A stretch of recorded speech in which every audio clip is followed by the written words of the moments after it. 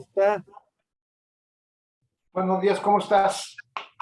Bien, buen día. Qué gusto saludarte. Buenas tardes a todos.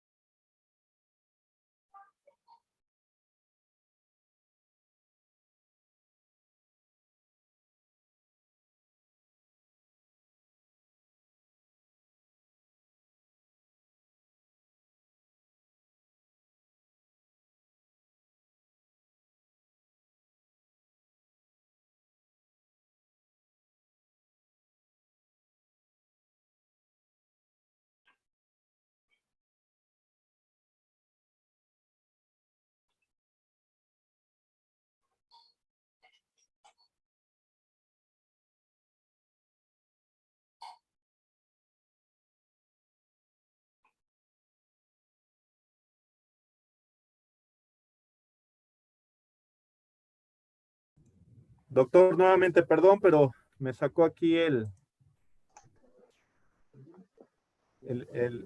equipo, pero ya estoy aquí de vuelta. ¿Cómo está, doctor? Buen día, gusto en saludarlo. ¿Cómo están ustedes? Gracias por la invitación, maestro. Te agradezco mucho la invitación. Estamos aquí. Buenas tardes a todos. Muy buenas tardes. ¿Sí me escuchan bien, sin problema? Sí. Gracias. Sí le escuchamos perfectamente. En unos minutos más, el licenciado Fidel se está ya conectando. Qué gusto que esté presente, me dará mucho gusto saludarlo. Sí, de hecho, está ya aquí en conexión.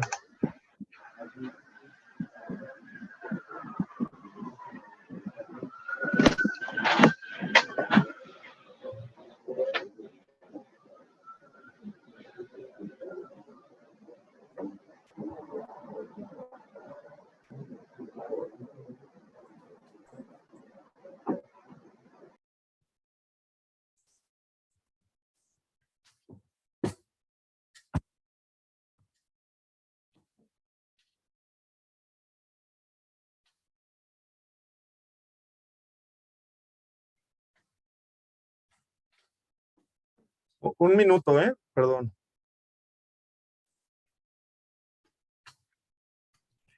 Doctor, buenas tardes. No, Fidel, ¿cómo estás? disculpe la tardanza, pero no me podía conectar. No, qué gusto saludarlo. Gracias, un gusto saludarte, y gracias por la invitación y que haya tantos servidores públicos interesados en el tema.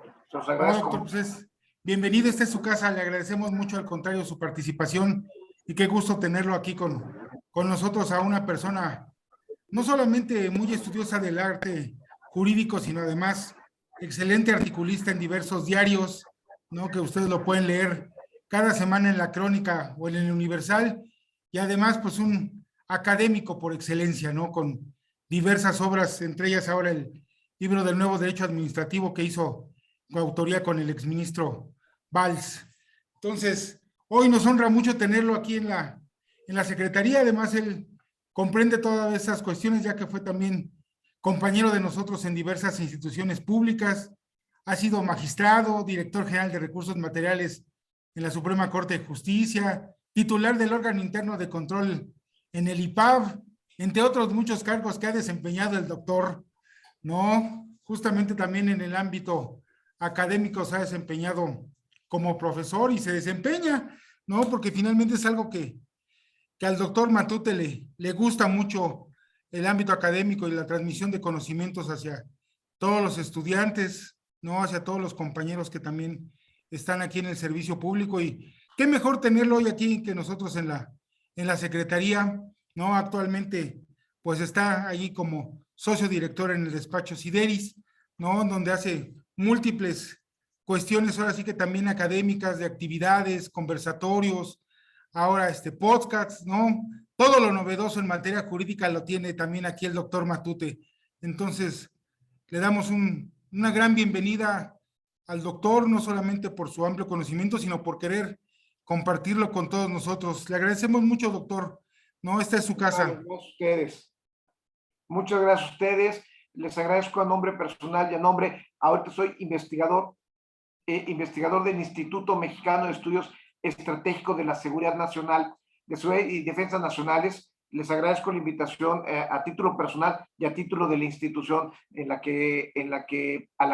con la que pertenezco, a la que laboro en estos días.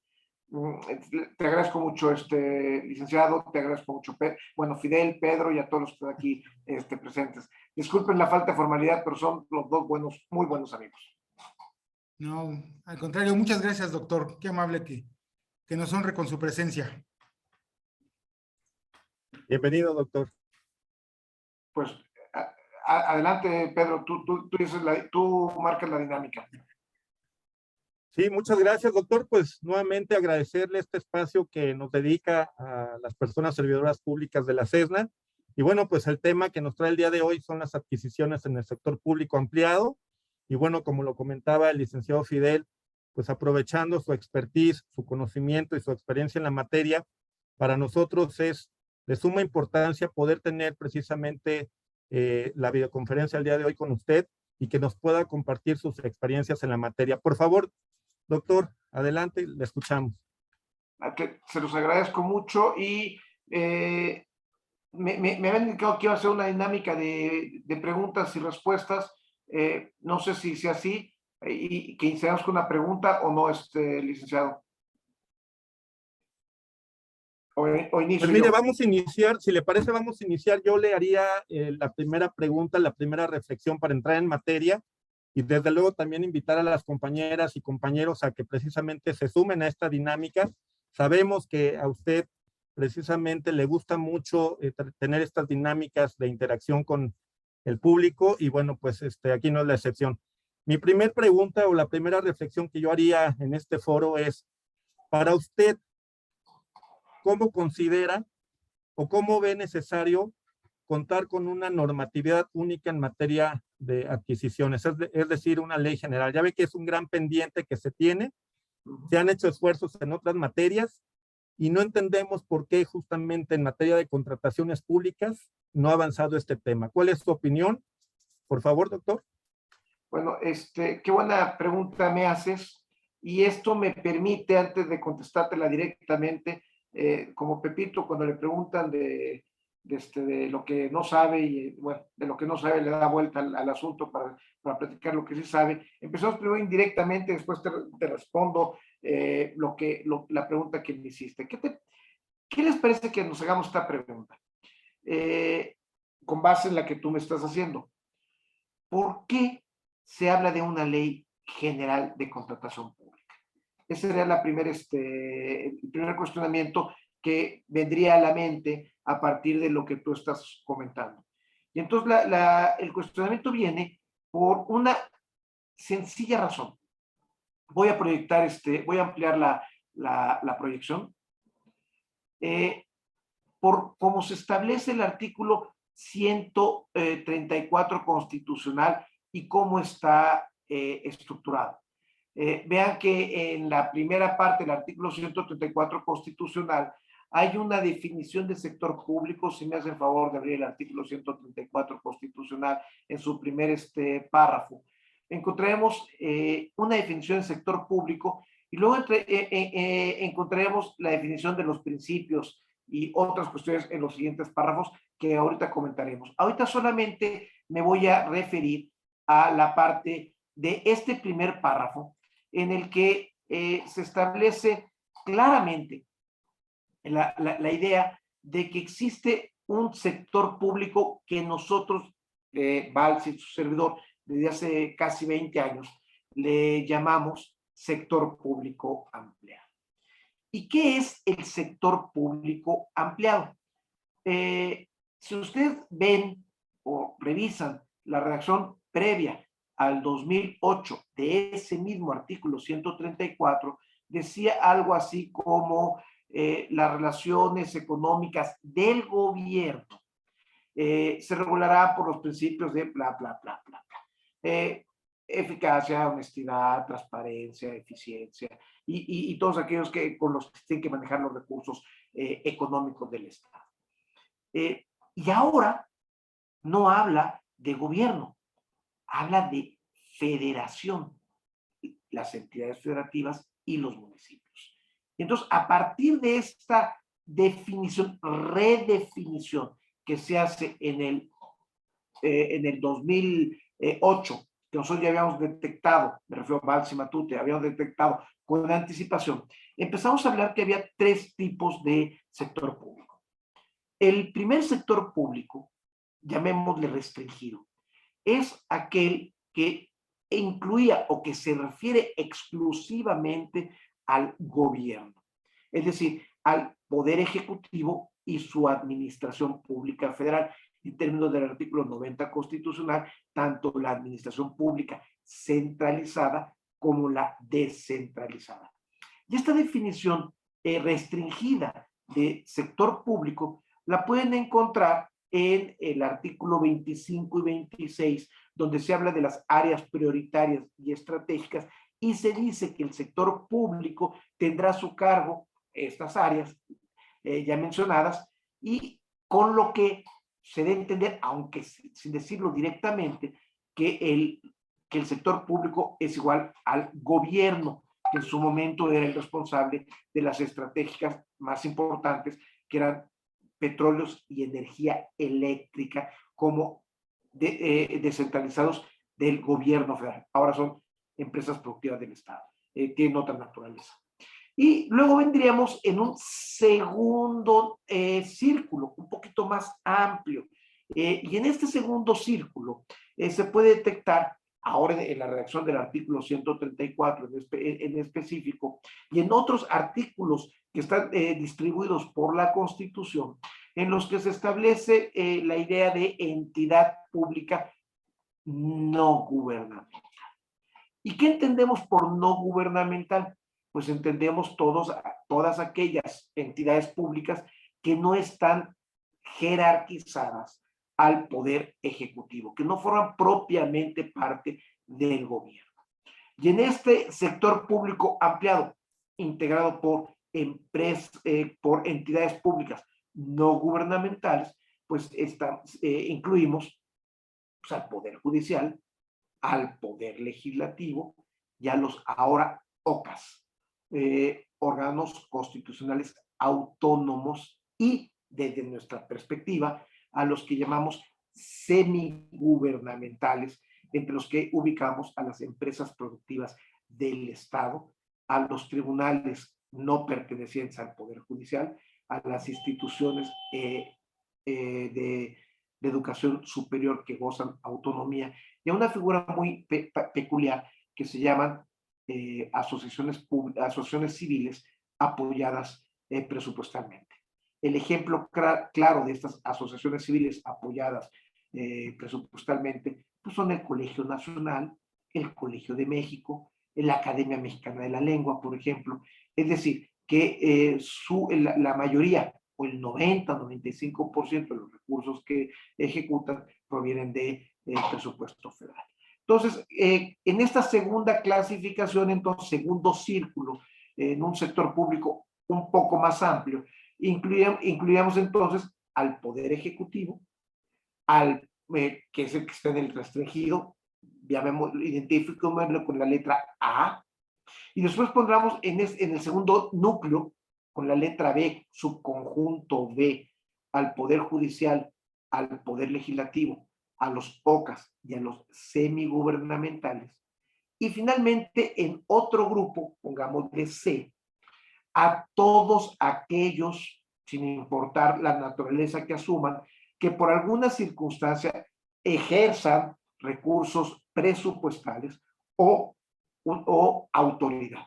Y entonces ahí nos remitimos al tercer artículo emblemático, que puede ser el artículo 79 de la Constitución en su párrafo primero, más o menos a la mitad de ese párrafo primero, en el que dice que tratándose de entes, sin importar su naturaleza, ya sea pública o de particulares que manejen recursos presupuestales o ejercen autoridad, pues podrán ser sujetos a la revisión de la Auditoría Superior de la Federación. O el artículo 6º constitucional, donde hablan los sujetos obligados en materia de transparencia, en donde también se emplea este sector público ampliado.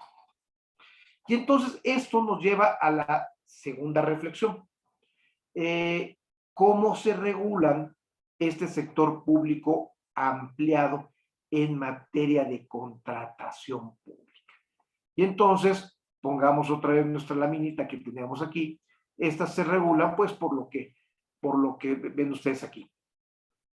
El artículo 134 constitucional vigente les aplica a todas las entidades públicas, sin importar si son del sector público ampliado, muy ampliado, el tercer ciclo más amplio, o el sector público restringido, que ese seguramente sí le aplica, pero a todos estos, tanto a lo que marcamos con el inciso A, con el grupo A, a los que marcamos con el grupo B, como a los que marcamos con el grupo C, les será aplicable el artículo 134 constitucional desde nuestra perspectiva.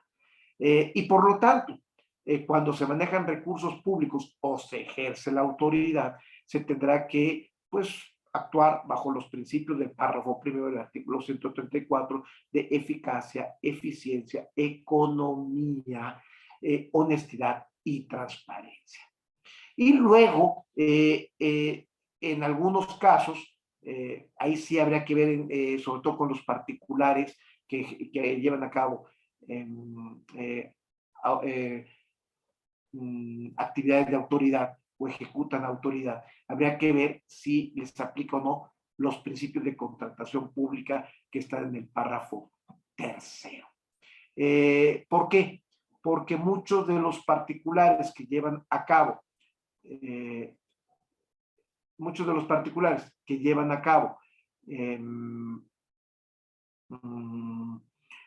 actos de autoridad, pues lo hacen porque tienen una norma específica para llevar a cabo su actividad y que por lo tanto la propia ley de adquisiciones y la ley de obra también excluyen de su regulación.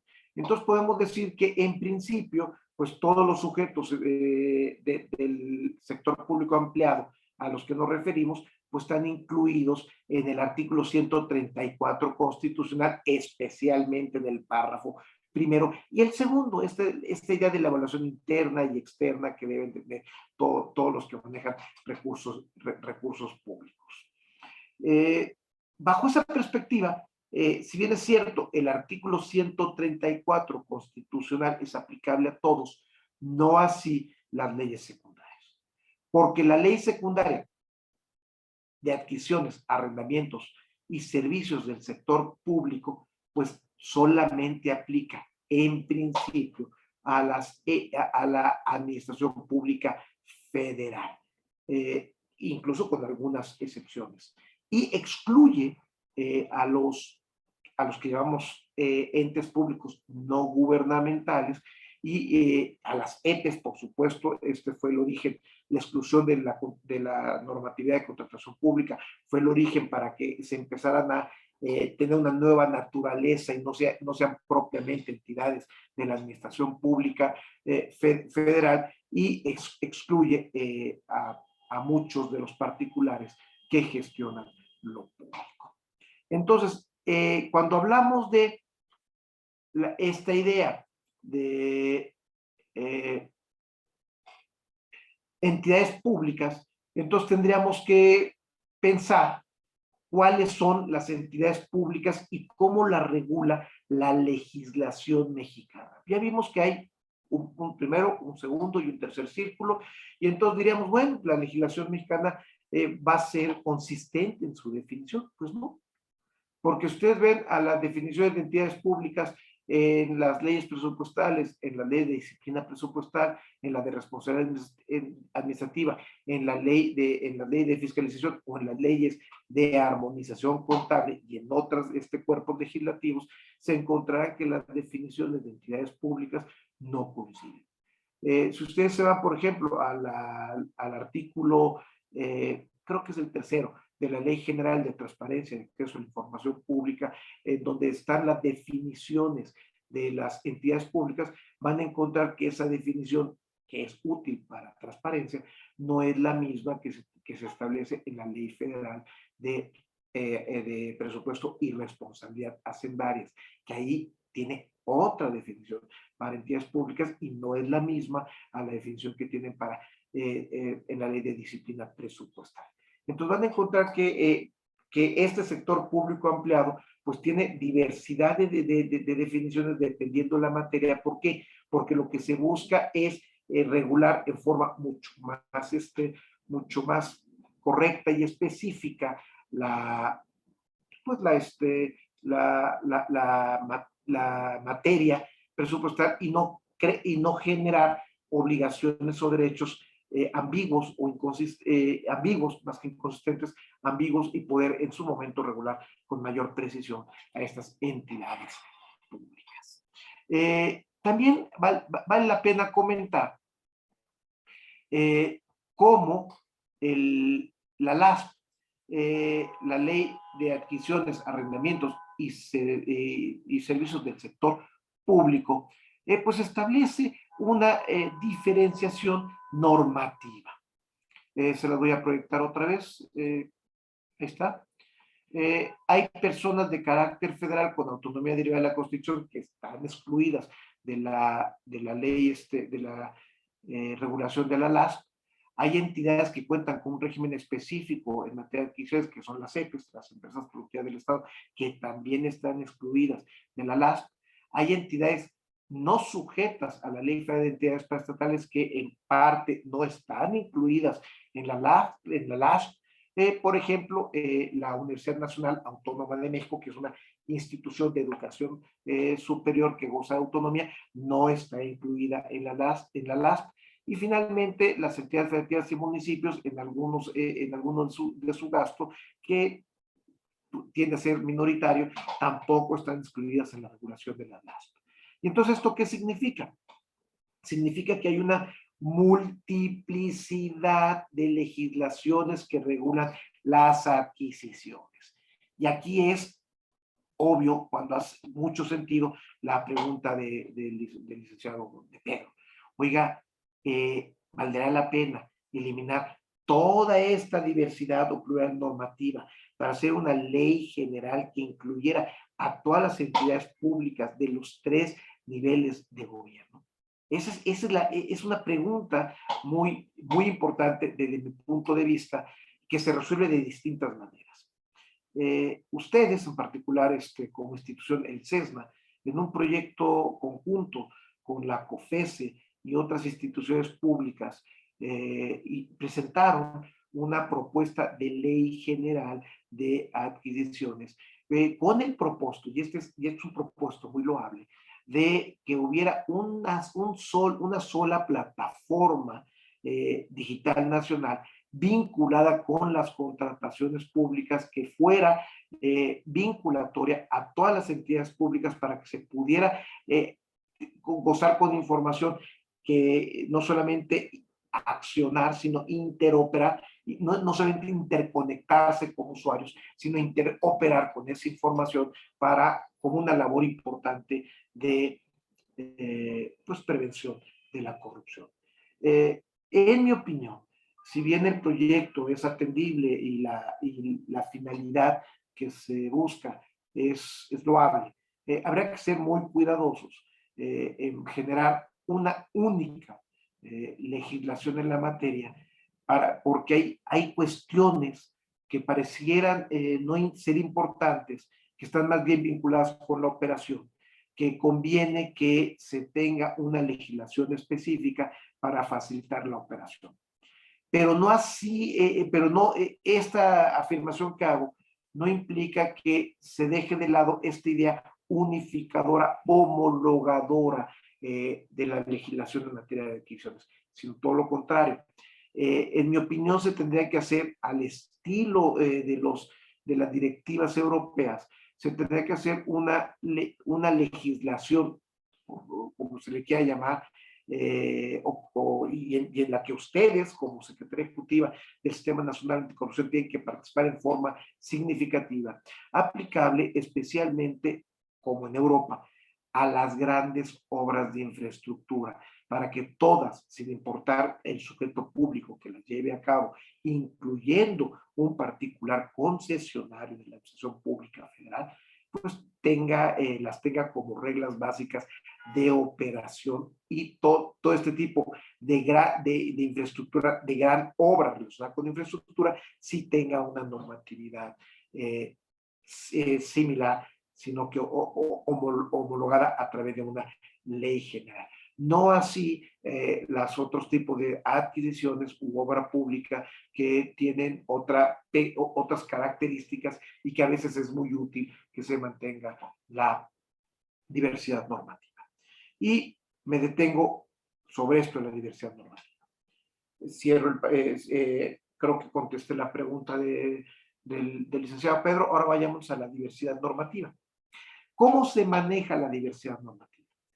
El gobierno, el sector público restringido, como le llamamos Balsi y su servidor, pues está sujeto a las leyes secundarias del artículo 134, y después vienen el reglamento, los manuales generales de aplicación, después los POVALINES y los acuerdos circulares que ustedes pueden conocer. Pero el Poder Judicial no se regula por esta ley, sino que el Poder Judicial, el Poder Legislativo y cualquier OCA, pues hace una regulación del artículo 134 en forma directa, con acuerdos generales, lineamientos, o como cada ente autónomo le quiera llamar, para efecto, como si fuera, voy a emplear una frase de la Corte, una función cuasi legislativa, o lo que conocemos en la teoría tradicional, un reglamento autónomo. ¿Qué es un reglamento autónomo? Aquel que regula directamente a la Constitución sin que una ley lo medie previamente. El clásico de muchos años es el bando de policía y buen gobierno, que es ese tipo de normatividad de reglamento autónomo, pues es lo que hacen los distintos entes públicos no sujetos a la ley de adquisiciones y obra pública, para poder regular correctamente, para poder regular sus propias contrataciones públicas en sus 4 aspectos: la planeación, la selección del cocontratante, la suscripción del contrato y la ejecución del mismo. Yo he tenido la fortuna de participar por lo menos en 2 acuerdos generales del Poder Judicial de la Federación directamente, y uno en el Consejo y otro en la Suprema Corte de Justicia, y revisar algunos de entes autónomos constitucionales. En esta autonomía, por ejemplo, entran pues los que no están sujetos a la administración pública, a la Ley Federal de Entidades Paraestatales, y entonces ustedes pueden encontrar, y por disposición de la Ley de Tecnología, que los centros de investigación tampoco están sujetos a la LAS, o pueden encontrar que las EPEs pues tampoco están sujetos a la LAS, y esto le da una multidiversidad normativa que tiene sus ventajas de flexibilidad, y tiene evidentemente sus desventajas de control u homologación. A las EPEs se les justifica en atención a que realizan actividades preponderantemente industriales, y a los poderes judiciales o a los OCAS se les justifica por el tamaño y la orientación que tienen respecto, si se compara con el Poder Ejecutivo. El tamaño del poder, cualquier OCA, por muy grande que sea, pues hará un edificio, una obra pública importante en cada 20 o cada 25 años. Cosa que no sucede con el Poder Ejecutivo, que tiene un programa de obra de infraestructura mucho más amplio y ambicioso. No sé si hasta aquí haya quedado respondida la respuesta, sobre todo haciendo énfasis en este sector público ampliado. Y sí tengo, bueno, hasta aquí, si alguien tiene alguna duda, un comentario, demos unos 3, 4 minutos para dudas, comentarios, interactuar con los participantes.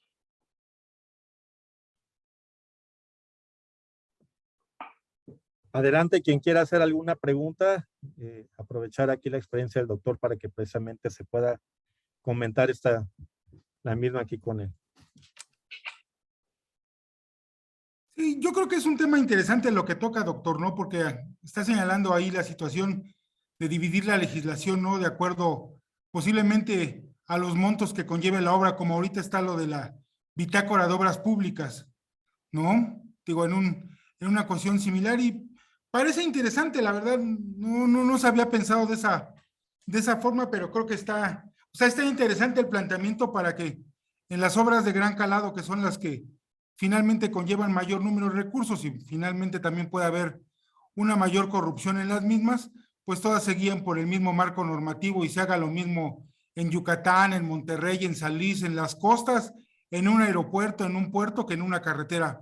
Yo creo que es interesante ese punto de vista, habría que nada más, ahora sí que a lo mejor estudiar un poco más para poder determinar cuáles serían ese tipo de obras o si nos fuéramos por los montos, ¿no? Para evitar ese halo discrecionalidad que después existe en estar rigiendo diversas normatividades y así pues cualquier persona que quisiera participar pues conoce de una u otra forma que la normatividad que le van a aplicar va a ser la misma y no se tiene que estar enfrentando a los diversos supuestos normativos que después cada institución o cada entidad federativa establece en sus ordenamientos jurídicos, ¿no? Lo cual dificulta finalmente la participación justamente de estas personas. Aquí tenemos una gran ventaja, Fidel. Si te fijas, el modelo de directiva europea está vinculado con tratar de homologar a España, a Francia, a Italia, a Alemania, que tienen esquemas muy diferenciados e industrias relacionadas con la infraestructura muy fuertes, muy fortalecidas. En México, un federalismo más centralizante que el federalismo europeo permite que la federación establezca en las grandes obras una influencia importante. ¿Por qué? Pues porque la mayoría de las grandes obras de infraestructura se realizan con parte de recursos federales y al haber recursos federales en las obras involucradas, se aplica la ley de adquisiciones o la ley de obra pública.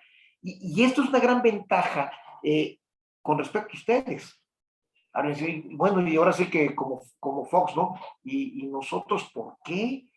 No, es que el Sistema Nacional Anticorrupción es el ejemplo más vivo de este sector público ampliado. A ver, ¿cómo le hago para que todas las entidades públicas, inclusive aquellos que gestionan lo público sin ser propiamente estatales, pertenecientes a la propia estatal, siguen normas, criterios compartidos de operación para prevenir la corrupción y para la mejora administrativa? Esto es muy importante decirlo. Entonces, a partir de los lineamientos que emitiera el Comité Coordinador del Sistema Nacional Anticorrupción, se puede establecer una serie de prácticas armonizantes, homologadas entre las distintas entidades públicas, federal, estatal y municipal, que le permitieran, fíjense lo que estoy diciendo, previo a una ley general, ir estableciendo procesos compartidos para este tipo de contrataciones públicas de gran magnitud que le pueda dar una mayor certeza, como lo dijiste tú, a las personas que participan. Porque si bien es cierto, ¿no? El federalismo sigue siendo centralizante en nuestro país, las regiones, hay grupos empresariales muy fuertes que suelen estar en coordinación, pues una palabra positiva, con los gobiernos estatales para obtener los contratos de montos más significativos para sus empresas. En términos no homologados o no homologantes en toda la República, y con esto haciendo una suerte de competencia desleal para los grupos económicos regionales. Que eso es lo que busca las directivas europeas, que el capital español pueda migrar a Francia en las mismas condiciones que el capital francés pueda también acudir a hacer infraestructura en España. Lo mismo, para eso es la homologación. Y la idea de una ley general, el propósito inicial del CERNA y la COFESE era esa. Y luego la otra, tener un receptáculo donde ahí sí todas, no solamente las grandes, todas las operaciones de contratación pública estén en esta plataforma digital para que haya una interoperabilidad entre todas las entidades públicas. Y ahí, por ejemplo, podemos estar hablando de contratos marcos, pero no reducidos solamente a la administración pública federal, sino contratos marcos que puedan ser útiles para todas las entidades públicas, o el Compranet, ahorita casi es exclusivo de la Secretaría de la Función Pública, extenderlo por estas plataformas digitales en las que ustedes son actores importantes a todas las entidades públicas gubernamentales en los estados y los municipios, y no gubernamentales en la federación, los estados y los municipios. Por eso cuando hablo del sector público ampliado, o cuando yo hablo de sector público ampliado en la cátedra, el primer ejemplo que se me viene a la mente, pues el Sistema Nacional Anticorrupción, que se define tal cual. Es una instancia de coordinación. ¿A quién coordina? O sea, todas las entidades públicas, especialmente aquellas que no son gubernamentales, porque gubernamentales para eso está la Secretaría de la Función Pública. Es el propósito de homologar prácticas dentro del Poder Ejecutivo Federal. ¿Cómo le hacemos para traer las mejores prácticas del Ejecutivo Federal hacia afuera, y también las mejores prácticas que también las hay de los estados a la administración pública federal, para poder hacer un esquema de mayor impacto? Y entonces, otra idea que yo manejo en mis cursos, que al Sistema Nacional Anticorrupción, en otra época, en una época menos negativa, en una época donde hubiera menos percepción de la sociedad de la alta corrupción del sector público, de los gobiernos, pues se le debería llamar Sistema Nacional de Mejora Administrativa, porque realmente lo que ustedes están proponiendo constantemente es cómo hacer mejor las cosas y prevenir la corrupción. Lo que pasa es que se le llama de anticorrupción por toda la carga negativa que existe en la sociedad respecto al comportamiento de los entes públicos, pero lo que en realidad estamos haciendo es mejora administrativa para evitar el desvío de recursos. Y esta es una parte esencial, que aunque no hubiera corrupción, imaginemos el mundo, como diría el presidente de la República, fuéramos Dinamarca o fuéramos Suecia y estuviéramos en los primeros lugares de baja percepción de la corrupción, pues a pesar de que hubiera eso, la labor del Sistema Nacional Anticorrupción como mejora administrativa permanente y prevención de la corrupción tendría que continuar. Es un punto que a veces perdemos de vista por la percepción negativa que se tiene del sector público. Y percepción negativa que la van asumiendo paulatinamente, pues quienes van asumiendo paulatinamente, pues quienes están también involucrados en estos procesos de la gestión de lo público. No sé si hasta aquí me estoy explicando. ¿Algún otro comentario? Si no, para continuar algunas otras ideas que tengo. Baltasar, no sé si me escuchan. Adelante.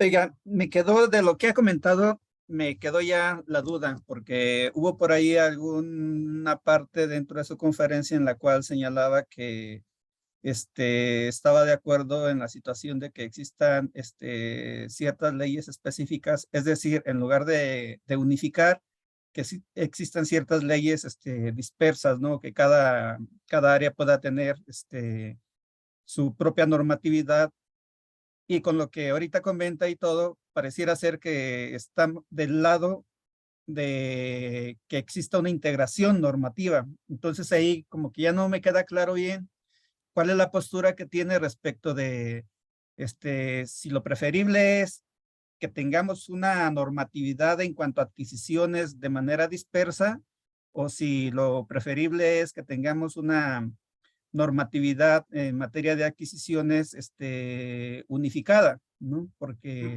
Te voy a responder como diría mi abuelita: ni tanto que quema el santo, ni tanto que no lo alumbra. Me explico. Si es necesaria una normatividad, lineamientos, norma legal, para las grandes obras, sin importar. Y esa de alguna manera ya la tenemos en la ley de obra pública, porque se aplica a todas sigue al recurso federal. Donde quiera que toque el recurso federal, ¡pum!, entra la ley federal, la ley de adquisiciones y la ley de obra pública. Entonces, esa, de alguna manera, mi comentario es que ya la tenemos, no tenemos que generar una ley general como está planteando. Ese es el punto. El otro punto es, mantener esta dispersión normativa es bueno, sobre todo para las entidades públicas que son pequeñas. Le doy un ejemplo, el IFT, la COFESE. El grado de complejidad de su contratación no es similar al Poder Ejecutivo y por lo tanto sus operadores requieren una norma mucho menos compleja.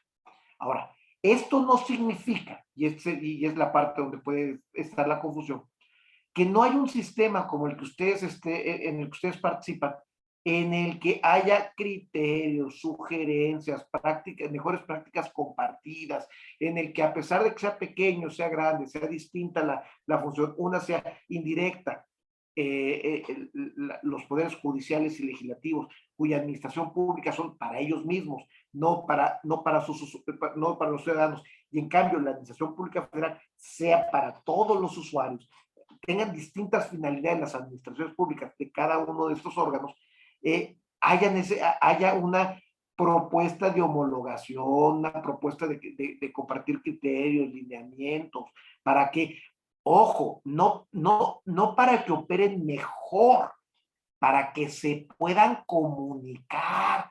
Y esto es una parte fundamental. Una cosa es que sí lo hagas distinto y que tengas una norma distinta que te permita ser más flexible, y otra cosa que, por ejemplo, los formatos que utilizas para algo sean diferenciados y registren cuestiones distintas que no te puedan permitir subirte a los sistemas y interoperar.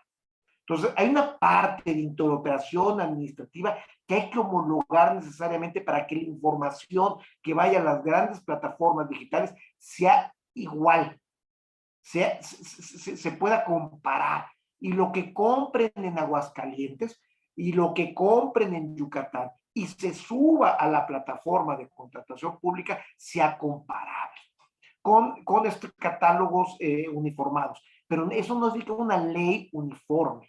Y esto hay que distinguirlo. Entonces, ahora sí, ni tanto que queme al santo, o sea, ni todo lo hago yo, ni todo lo programo yo desde el centro, en un Consejo Nacional o de obra pública o de contratación pública, donde yo haga la planeación, que era lo que está proponiendo por ahí, pero tampoco ni tanto que todo mundo haga lo que se le ocurre en materia administrativa y normativa. Si no, no puede haber una plataforma nacional digital. O sea, la solución no está en los extremos, la solución está en el centro, en un buen equilibrio. Y ese equilibrio, el que lo da, el que lo razona, el que lo discute públicamente, el que lo debate públicamente, pues es el Sistema Nacional Anticorrupción, en el Comité Coordinador, y en este Sistema Nacional Anticorrupción, en el Comité Coordinador, ustedes son la pieza fundamental para lograr este equilibrio entre centralizar y descentralizar. Porque si lo dejamos a la idea de que todo se decide en el centro, porque las entidades federativas las cosas las hacen mal, pues al rato se convierte en nuestro cuello de botella. Si hay esta disyuntiva, o sea, tienes razón. En mi opinión hay que establecer las líneas generales, lo que te permita homologar y armonizar, pero hay que darle flexibilidad a las entidades federativas, de que darle flexibilidad a los OCAS para la operación cotidiana. Esa sería la... Claro, entonces ahí tendríamos, creo yo, una tarea bastante ¿Tienen? Difícil. Lo voy a decir por qué. Porque por un lado, yo entiendo y soy de la postura que usted maneja, o sea, siempre he dicho que nunca hay que inclinar la balanza totalmente hacia un lado, hay que equilibrarla, porque siempre, nunca los extremos son buenos. Pero a lo que voy es que si existe una diversidad normativa respecto de las adquisiciones, del tema de adquisiciones, eso trae una cierta problemática. Y, por ejemplo, lo dice Héctor Mayral, ¿no? En un libro pequeño que tiene, que el título es Las raíces legales de la corrupción. y donde él habla precisamente de que el Estado a veces es el generador de corrupción. ¿Y por qué? Porque precisamente existe tanta normatividad que a veces se pierde, que a veces es difícil conocerla, que a veces hay tanta variación entre esa normatividad cuando debería de haber uniformidad, y eso genera corrupción. Eso por un lado. Por otro lado, si no existe una normatividad que obligue como tal a los entes, por ejemplo, no me dejarán mentir los compañeros de aquí de la CESNA, la problemática directa en la CESNA, o una de las problemáticas fuertes que tiene, es precisamente que no hay una forma de obligar a las entidades federativas a que unifiquen sus normatividades, sus formatos, los datos, para que esto sea más fácil y para que pueda operar precisamente la plataforma digital nacional a través de sus diferentes clasificaciones que tiene, de las 6, ¿no? Que una de ellas es precisamente la de contrataciones. Entonces, esa es la problemática. O sea, si lo dejamos de manera abierta, donde no existe una norma que obligue a que todo se unifique, pues simple y sencillamente se queda la libertad de los demás de yo si quiero lo hago. O ok, tú me estás ofreciendo toda la plataforma y facilitar medios y me das hasta cursos de cómo poder subir la información y todo, pero si yo no quiero, no lo hago. Esa es una problemática fuerte que tiene realmente la CESNA. Y creo que aquí mis compañeros lo saben perfectamente. Entonces, por eso digo que es una tarea fuerte, porque yo entiendo la posición de que tal vez a lo mejor la solución al problema no sea una ley general, pero lo que sí creo es que sí debe de haber más unificación en cuanto a la normatividad, que todos los entes que pueden por sí mismos o que la legislación les permite autorregularse en la cuestión de adquisiciones, es decir, los que quedan excluidos de la LAS, pues tendrían que apegarse mucho a lo que dice la LAS o algo, para cumplir realmente lo que establece el 134 constitucional, ¿no? Porque a final de cuentas, pues el punto es que haya transparencia, que haya eficiencia dentro del uso de los recursos, tal y como lo establece el 134 constitucional, ¿no? Y eso sí es una obligación de todos, incluso hasta de particulares, que hagan uso de recursos públicos. Sería todo por mi parte. Baltasar, tienes toda la razón. Y es una gran dificultad. Y es una gran dificultad técnica que hay que resolverla no con el veneno del centralismo. Y este es un punto muy importante. ¿Por qué le digo el veneno del centralismo? Plantea una ley general, rompe con la idea de las autonomías. Fíjense lo que son ustedes, una instancia de coordinación, no de imposición. Si no, vamos a convertirnos en que una norma única para todo el mundo, no hay libertad del régimen interior. ¿Y para qué quiere la autonomía los órganos autónomos constitucionales? ¿No? Que mejor hagan todo lo que diga la Secretaría de Hacienda como lo diga la Secretaría de Hacienda, para que todo salga como la Secretaría de Hacienda quiere que salga. Esa es la parte fundamental del trabajo, difícil, como lo estás diciendo tú, complicado, como lo estás diciendo tú, del Sistema Nacional Anticorrupción. Tiene que generar, ojo, no leyes, lineamientos, criterios que les permitan coordinarse y luego convencer. Porque ustedes tienen un gran problema que incluso algún ente federal, pues basado en esta autonomía, no se quiere subir a los sistemas nacionales, a estas plataformas nacionales. Eso lo tengo muy claro. Ahora, ¿a partir de qué? Se les tiene que ir subiendo a partir de las recomendaciones publicadas, como bien lo hicieron ustedes. Porque tampoco pueden establecer un esquema de todo se decide en el centro, porque en ese momento el sistema se convierte en un agregado a los sistemas locales. Y los sistemas locales van a seguir funcionando con un agregado informativo del sistema nacional. O sea, se tiene que hacer de tal manera que se integren los sistemas, no sea un sistema único, se integren los sistemas a un proceso global de intercambio de información. ¿Que es muy complicado? Sí. ¿Que se van a llevar ustedes 5, 6, 7 años? Seguramente. ¿Que requiere una dirección como la que la tuvieron? Seguramente. Ya llegará el nuevo secretario ejecutivo y veremos qué qué lineamientos trae para ustedes. Pero de que la idea de coordinación, en mi opinión, es la que debe permear, y no una idea de un Consejo Nacional de Adquisiciones o de Deuda Pública que se encargue de decirle a todo mundo lo que debe hacer. Eso creo que es más complicado, ¿no? Pero eso es evidentemente una postura personal. Pero fíjense una cosa muy interesante y que tiene que ver con esta idea de la normatividad extensa. Les voy a recomendar un pequeño librito que se llama algo así como la certidumbre jurídica en un mundo desbocado de leyes, de los años 70, 80, de un español, García Enterría. ¿Y qué decía este hombre? Y luego algo que nosotros recuperamos. ¿Y qué decía este hombre? A ver, la proliferación de norma, y esto es algo muy importante, la idea de que haya mucha norma tiene dos propósitos encontrados. ¿Para qué se pide más norma? Para eliminar la discrecionalidad. Entre más norma hay, menos discrecionalidad tendrán los servidores públicos, y luego a veces el servidor público pide que haya más norma. ¿Para qué? Para que no sea responsable de su natural juicio que debe tener para ejercer su función, y pide norma. Pero cuando se genera norma, exceso de norma, entonces llega el efecto contrario. Hay tanta que cuál aplico. Y entonces, por un lado se pide más norma y por otro lado se pide menos norma. Y entonces es muy obvio, no muy obvio, es muy recurrente en las organizaciones que cada determinado tiempo venga lo que se llama la poda normativa. La Administración Pública Federal la sufrió, la hizo, la sufrió en algunos casos en el 2008 con estos manuales generales de aplicación, donde todo lo que no se diga que es útil se deroga por un transitorio, y solamente lo único que queda vigente son estos manuales generales de aplicación, estos manuales de aplicación general.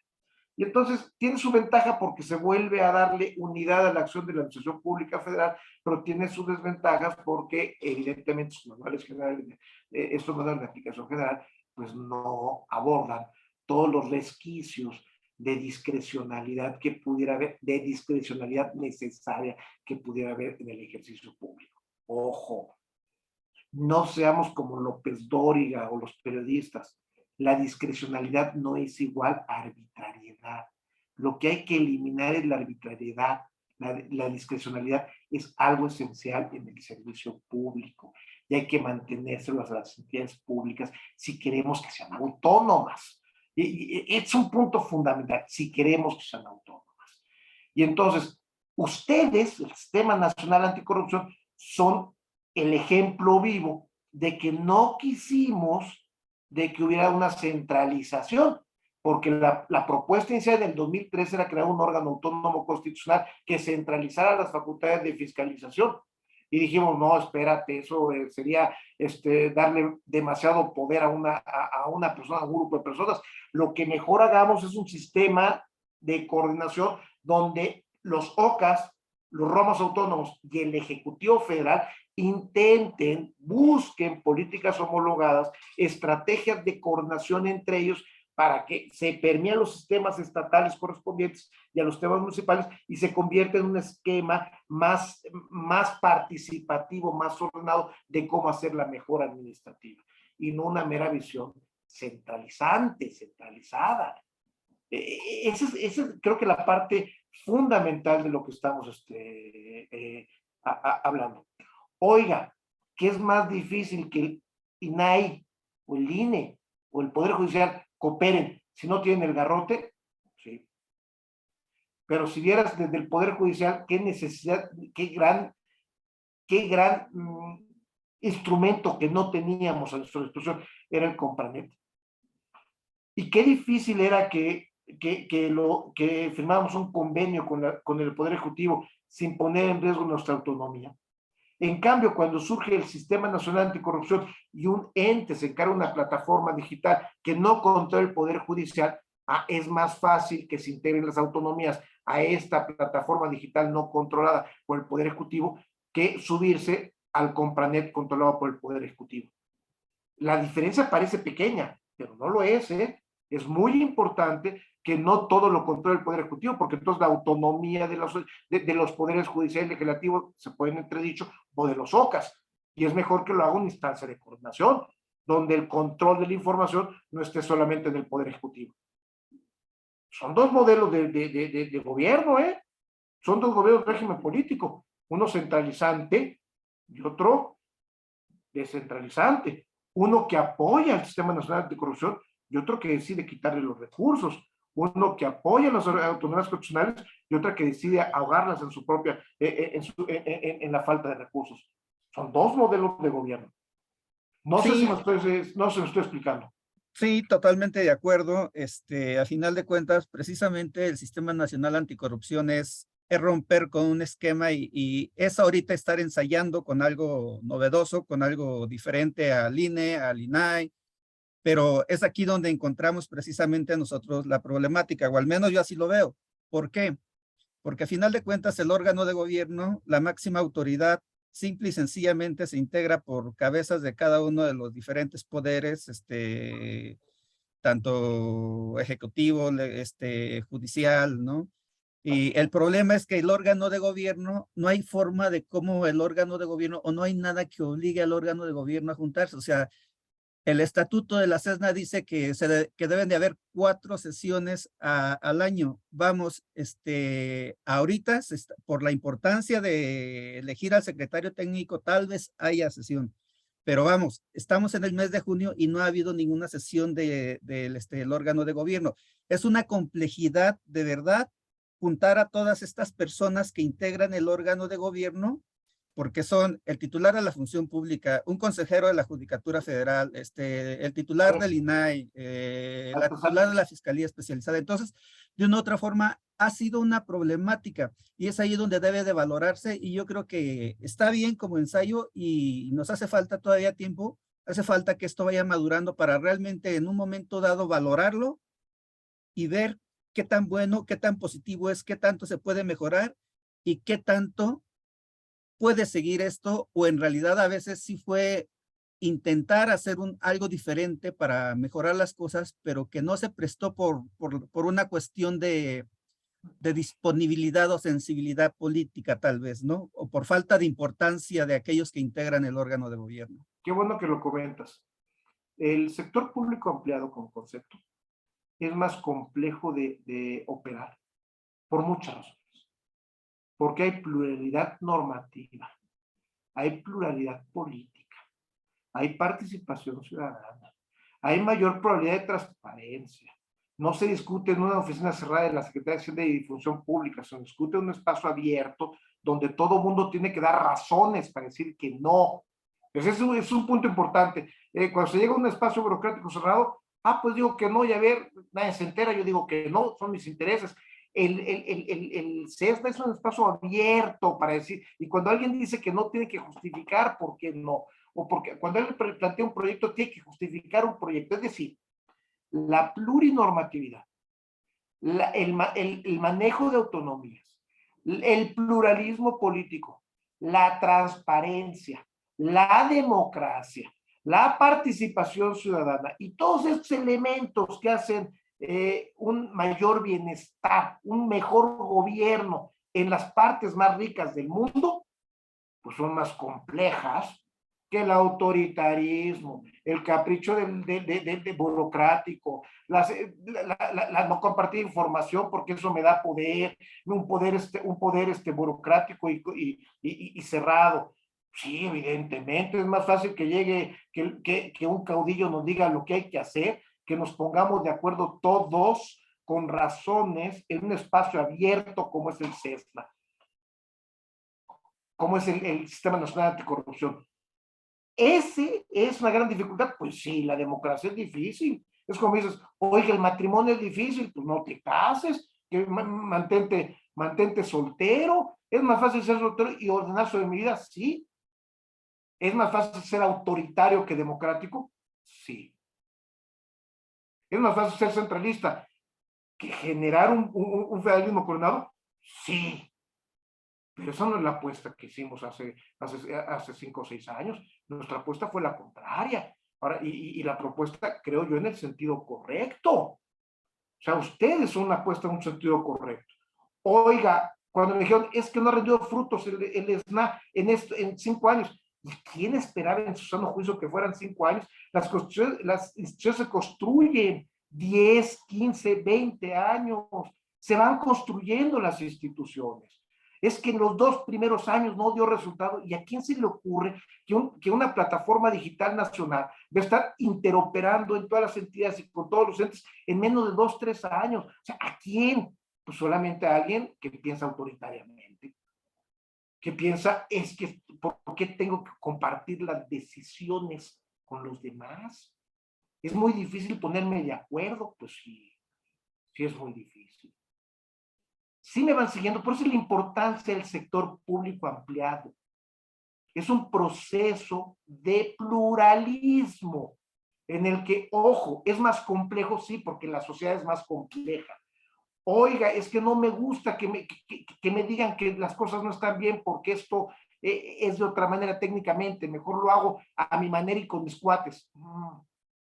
Vaya, eso es más sencillo, ¿no? En vez de que todo, aquí partimos una serie de profesionistas con distintos enfoques, y yo como abogado tenga que escuchar al contador, y luego tengo que escuchar al informático para llegar a una solución interdisciplinaria, es mejor decir que como no se respeta la ley, todo el mundo sancionado. Espérate, la ley tiene diversas formas de interpretarse, que además no es la tuya solamente. No sé si me estoy explicando. El SNA y ustedes en particular son una avanzada en el fortalecimiento de un Estado democrático en el que importa el pluralismo normativo, el pluralismo de autonomías y el respeto a las visiones regionales y municipales de la gestión pública. Y por eso es tan complicado su trabajo. Lo que pudiéramos ser todos aquí reunidos solamente en un año, oye, es que hay distintas visiones, sí, hay que considerarlas. Esa es la chamba. Esa es la chamba. ¿Que me va a tardar más? Sí, pero el resultado va a ser 3 o 4 veces mejor. Y es un punto fundamental. Va a ser 3 o 4 veces mejor. ¿Por qué? Porque todo mundo vamos a estar, o el 90%, trabajando conforme a las distintas visiones. Y esa es mi experiencia, ¿eh? Esa es mi experiencia administrativa. Tomar en cuenta las distintas visiones, al final fortalece sistemas que se quedan, porque no son sistemas de un individuo, de una visión. Son sistemas que cuando el individuo se va, el sistema sigue operando en forma institucional. Y eso es lo que creo que ustedes lograron en estos 5 años. Esa es mi visión de lo que veo desde fuera del CESNA. Y por eso, ya lo dije en el periódico, me encantaría que hubiera, si no un continuismo, que no siempre es bueno decir lo mismo, sí la oportunidad de seguir con este camino, de ir incorporando. Y a veces hay que poner la pierna dura también. No se trata solamente de la bondad. A veces hay que poner la pierna dura y mandar una recomendación.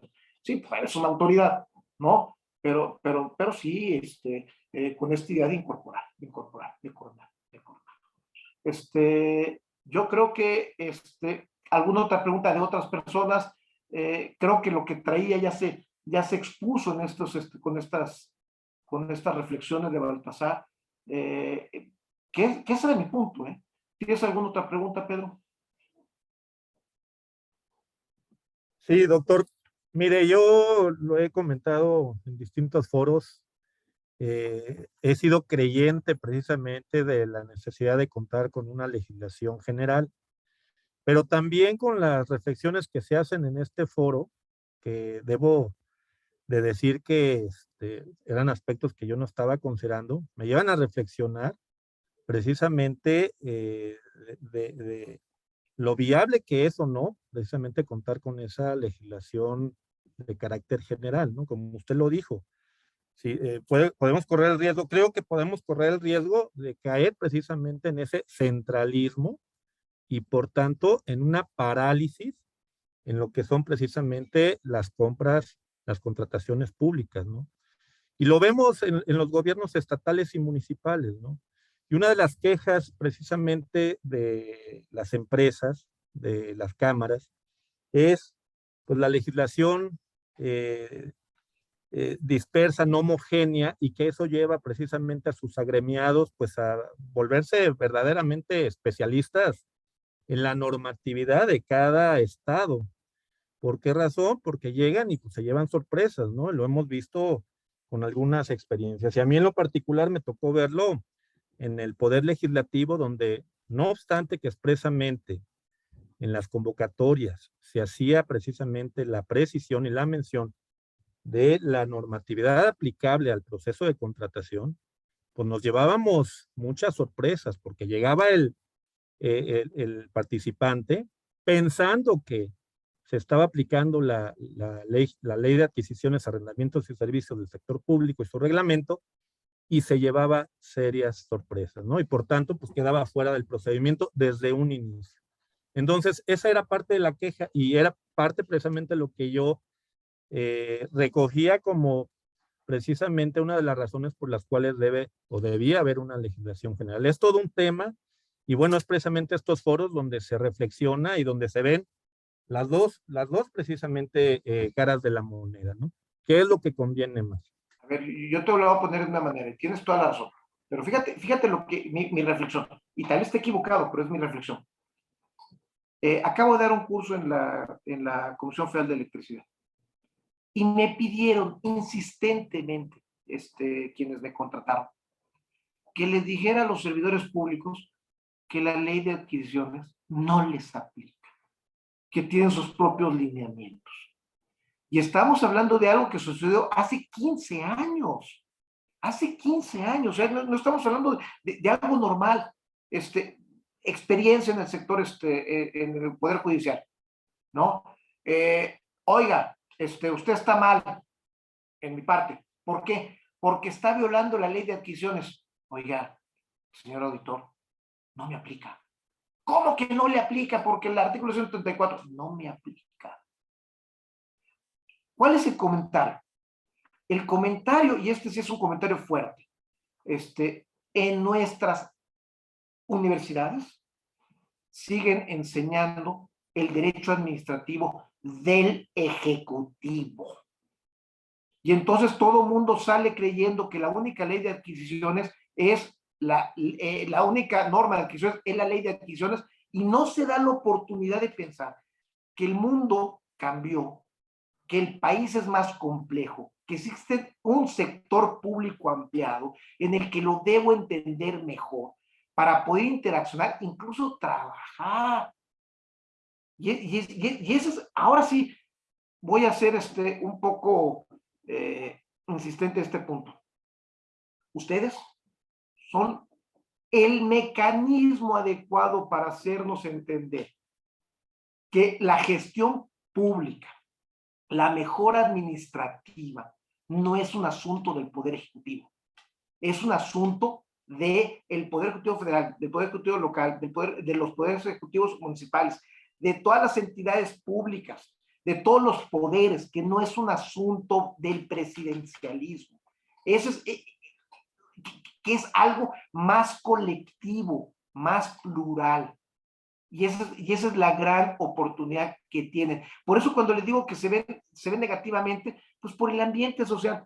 Pero en realidad ustedes tienen esa gran oportunidad de decir, oigan, los problemas de gestión pública en el país tienen que estar interactuados con todas las entidades públicas y, ojo, con los ciudadanos, con esta idea de participación ciudadana. Oiga, que es limitada, que a veces tienen intereses no confesados, lo que ustedes quieran, se las compro, ¿no? Pero que siempre hay oportunidad de refrescar nuestra visión como servidores públicos con la visión de alguna industria, de algún economista, aunque sea un interés no tan claro, sí, siempre es útil. Entonces, ahora sí, y ahí vamos a la parte fundamental. El gobierno abierto como modelo de régimen en los próximos 30 años en el mundo democrático, basado en las tecnologías de la información, la transparencia y la participación ciudadana, tiene un referente fundamental en ustedes. El gobierno abierto, como lo concebimos o como se concibe en el mundo, sin ustedes no tiene sentido. Usted es un instrumento muy claro de esta idea de gobierno abierto. Y eso, y ahí está, tecnologías, plataformas, participación ciudadana, su comité de participación ciudadana.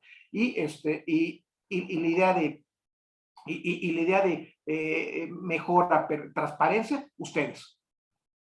La información que ustedes generan es lo que nos va a poder prevenir las grandes opacidades en la gestión pública. Y eso es fundamental. Esta idea de que el poder, la información es poder, sí, pequeñito, si lo utiliza de forma burocrática. La información es poder, pero realmente es poder social cuando hay plataformas como las que ustedes están diseñando que se comparten a todas las entidades públicas. Todo mundo tiene información veraz, fidedigna, oportuna, rápida, veloz, todo lo que quiera. ¿Para qué? Para generar su misión. Eso es poder, eso es auténtico poder. No, yo mantengo mi información aquí reservadita para mí, para mis estrategias políticas, personales o institucionales. Eso no da poder. Eso da solamente poder burocrático que se extingue con el nombramiento. Se extingue con el nombramiento. Y hasta ahí dejo mi participación, salvo que ustedes tengan alguna otra pregunta, algún otro comentario.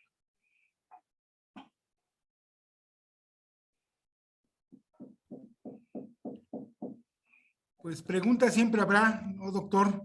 Siempre son temas interesantes y que se prestan justamente a la charla, a la conversación, ¿no? De las, finalmente, muchas ideas que puede haber basados en la experiencia que han tenido aquí los diversos compañeros en otras instituciones y aquí en la propia Secretaría, ¿no? Que como bien lo dice, se enfrenta a las mismas problemáticas con la legislación, con el exceso de regulación, con el desconocimiento de la misma, ¿no? Pero pues, es parte del trabajo, ¿no?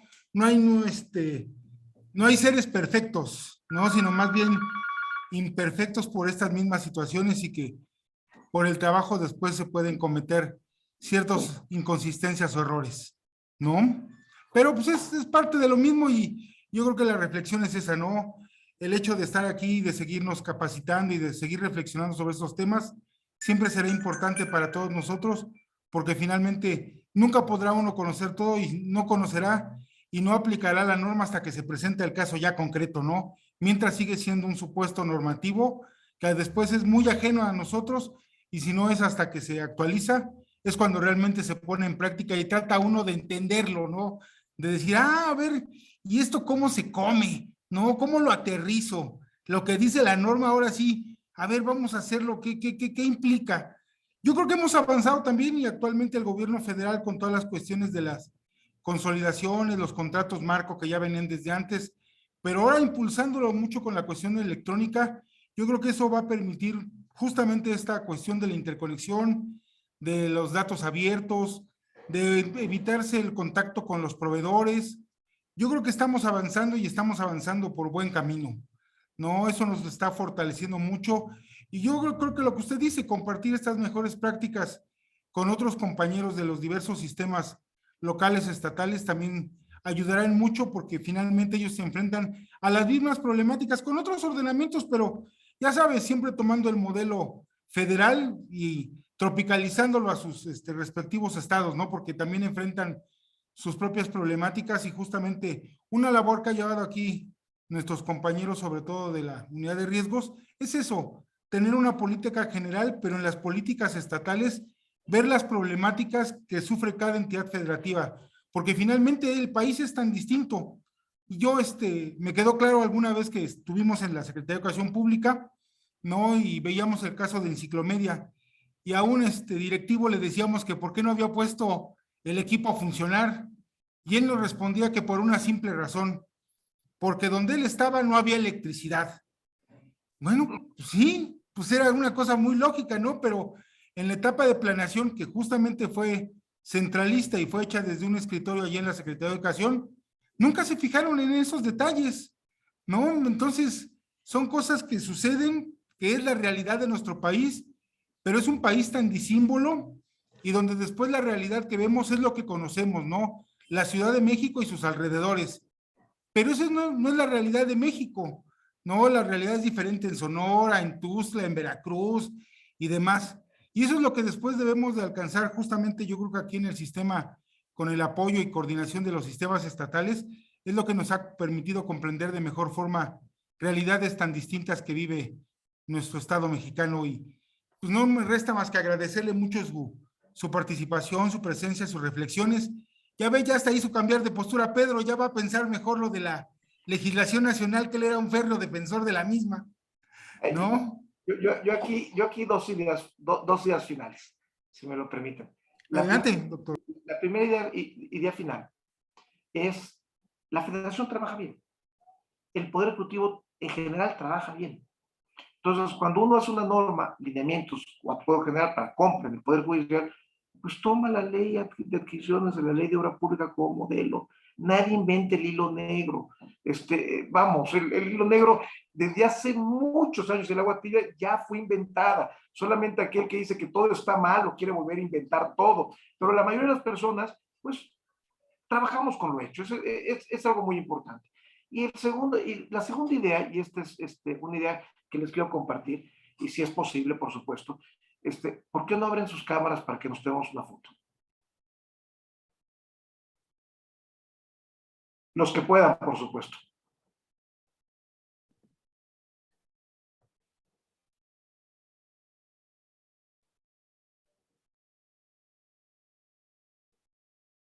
Porque sería muy agradable tener una foto de la mayoría de ustedes, un panel con una foto.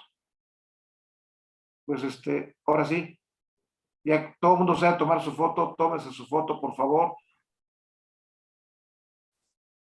Yo voy a tomar la mía y con esto es una forma de, faltaba alguien, agradecerles esta oportunidad que me dieron de charlar con ustedes, más que hacer una conferencia magistral, una charla con visiones diferenciadas. Como dice Pedro, creo que así se genera más conocimiento que simplemente hablando de una persona. Se los agradezco mucho. Doctor, muchas gracias. ¿No? Un aplauso para el doctor a distancia.